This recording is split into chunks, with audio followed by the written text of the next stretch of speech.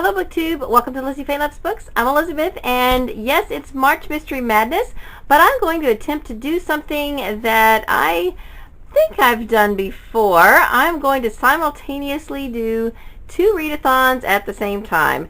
So I've taken some of my March Mystery Madness TBR and plugged them into the Readorama challenges, and I managed to use all books that I was already going to read for March Mystery Madness except one, and of course it is a mystery too, because I am trying to read only mysteries for the month of March, with the exception of my Sunshine State books, which if you watch my channel you've heard all of that, but I am predominantly reading mysteries this month, so I have kept with my mystery theme and plugged them into the Readorama challenges. Now, if you're not familiar with March Mystery Madness, that is a month-long reading challenge that I am hosting with two other awesome booktubers, and I will put a link for that down below.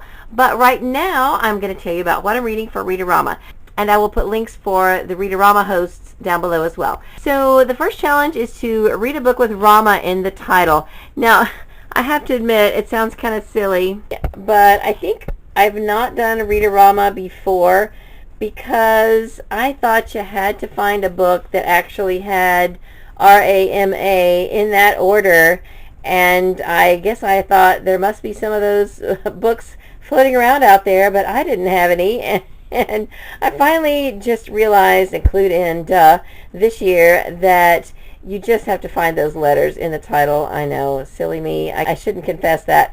But anyway, one of the books I wanted to read for March Mystery Madness, and Jen from Remembered Reads, you'll like this. I picked another Christmas book, but I missed this book at Christmas, and it's the next one in the series that I need to read. It's The Christmas Caramel Murder, and we have R-A-M-A. We almost have them in order. Pretty close. This is just a little short book, so it's perfect for a week-long readathon, and it's the next one in the series that I need to read, and it's a mystery, so this works out perfect. The next challenge is to read a book with an animal on the cover. Well, I had already planned to read The Good Husband of Zebra Drive, and the print version here does have two zebras on the front. Now, I'm probably going to be listening to it on audio, and the audiobook does not appear to have any animals on the front, but since the print version does, we're going to go with it. I don't know if nicknames count, but the next challenge is to find a main character that shares an initial with you. Well, my name is Elizabeth, so I'm going to go with Encyclopedia Brown and The Case of the Secret Pitch by Donald J. Sobel. This is the second book in the Encyclopedia Brown series. It works for one of the March Mystery Madness challenges as well, and it's super short, so it's perfect.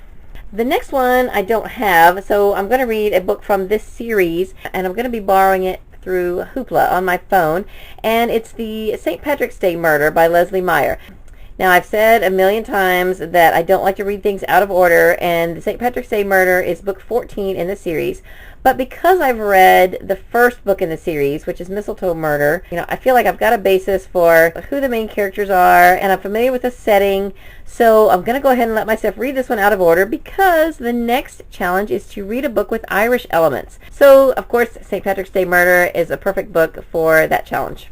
The next challenge is to read a book where one of the characters has an illness or disability, and I am already not quite halfway done with On What Grounds by Cleo Coyle. It's the first in the Coffee House Mystery Series, and even though the main character in this book is the coffee shop manager, it looks like that the coffee house owner has cancer, so I think I can count this book for that challenge. And since this is also the first in a series, I could count this for challenge number 6, which is Start a New Series. But if I have time this week, another book on my TBR for March Mystery Madness is the first in the Tea Shop Mystery Series by Laura Childs, which is Death by Darjeeling. And then the last challenge is to read a book blind that you don't know anything about. Well, I was approached not too long ago by the author of the Jamie Quinn mystery series, and I don't know anything about these books. There's 3 in this collection that she asked me to read, and I'm going to be listening to those on audio through Audible. So the first one is Death by Didgeridoo, and I don't know anything about this, so I am going in completely blind. And those are the books I have for the Readorama and my March Mystery Madness selections for this coming week. I am excited to have a second challenge to motivate me to get a lot of books read, and I hope to read all 7 books during the week. So that's all I have for this video. I hope you're having a great day. Read a good book, and God bless you.